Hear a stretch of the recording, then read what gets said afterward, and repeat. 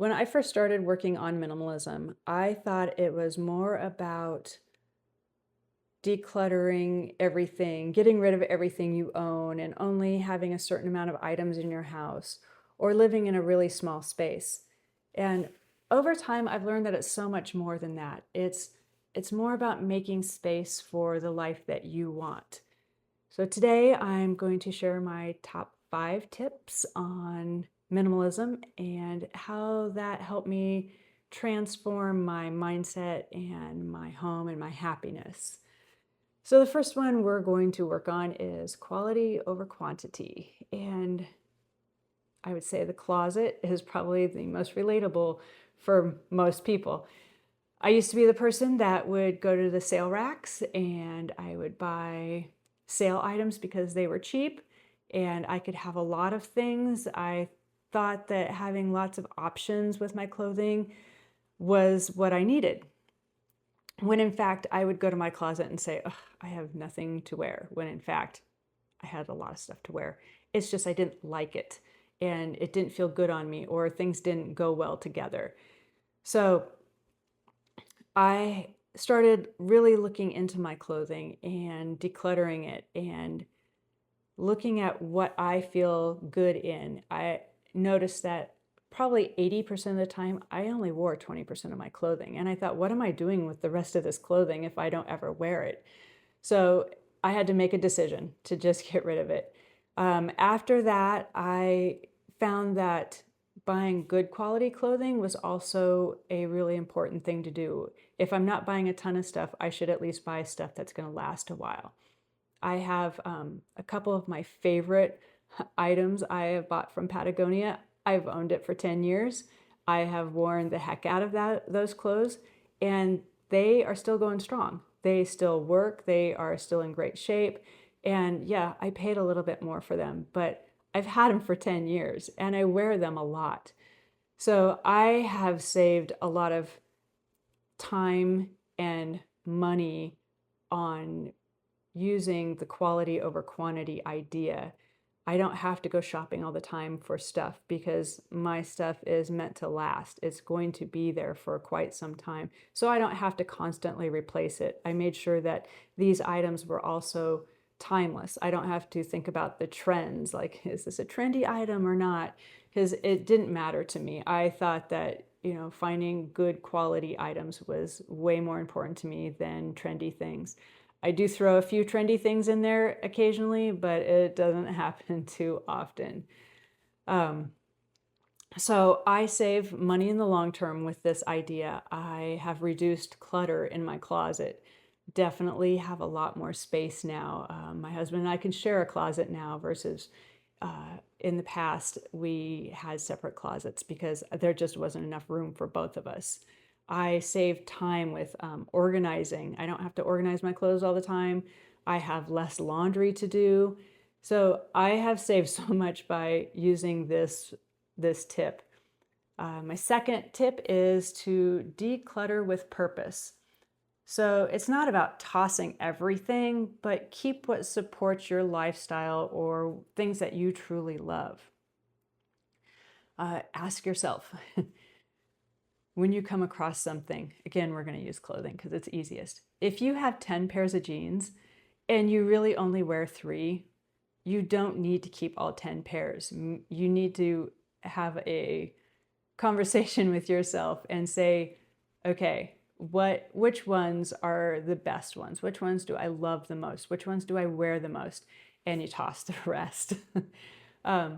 Also, you ask yourself, when you come across an item that you're just not sure about, if I lost this item or needed to replace it, would I buy it again today? Or is it something that I'm like, well, I have it because I bought it and I don't know if I really like it or if I really want it.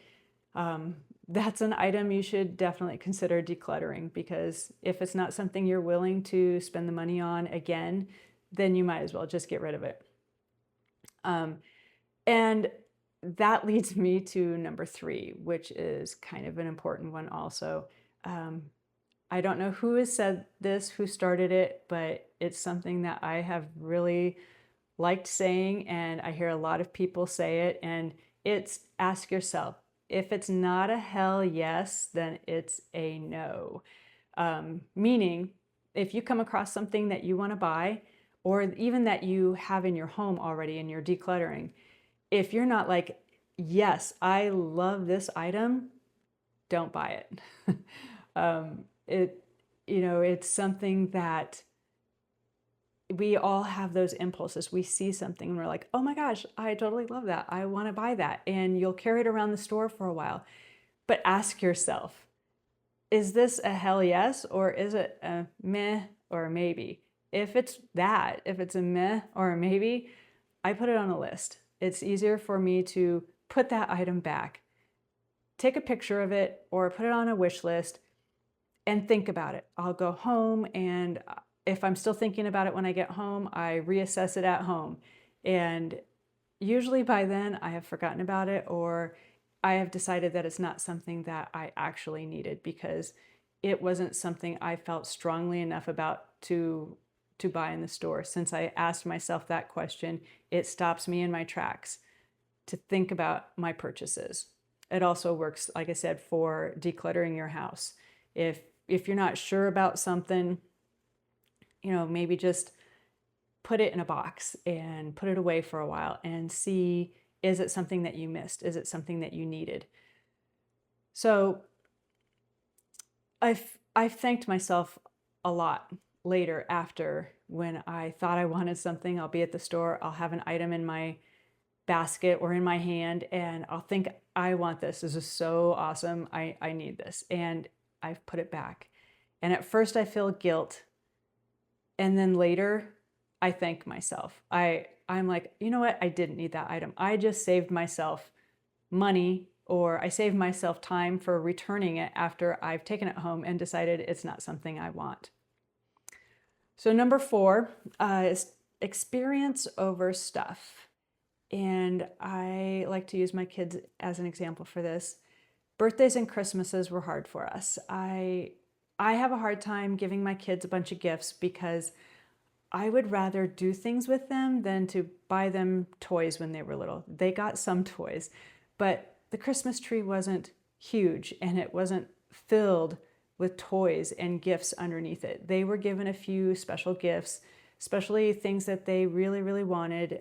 We would work on trying to give them a few things, but more experience. We wanted to take them on trips, or for their birthdays, we always took them out to dinner to their favorite place and got them, a special cookie or something as a dessert.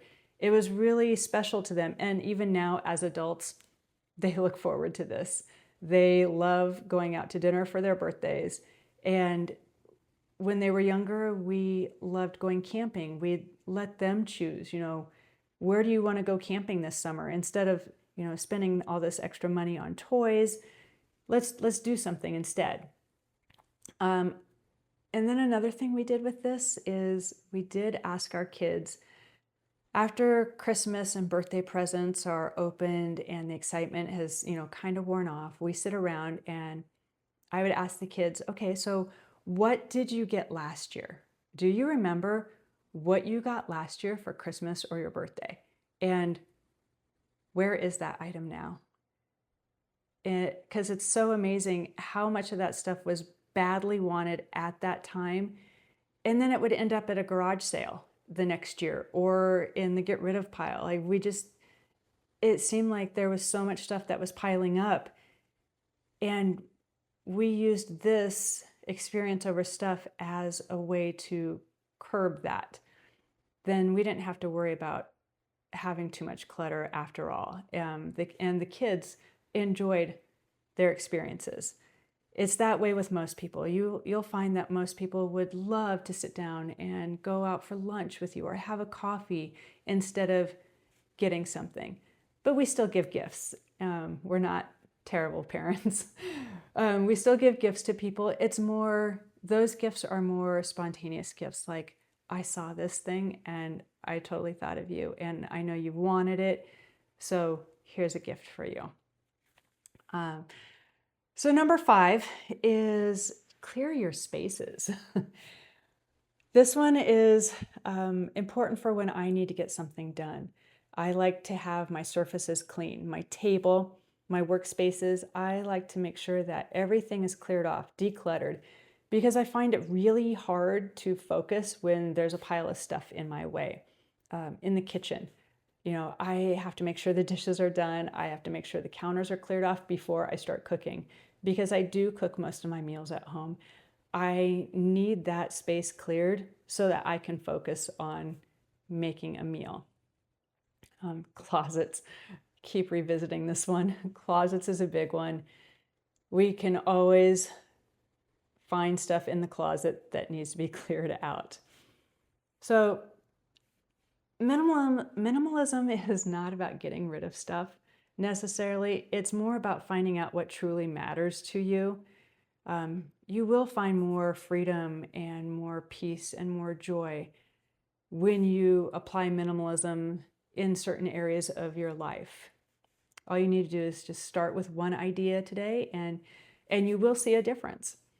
So if you're interested in more content about minimalism and simple living and saving money, like and subscribe. Thanks.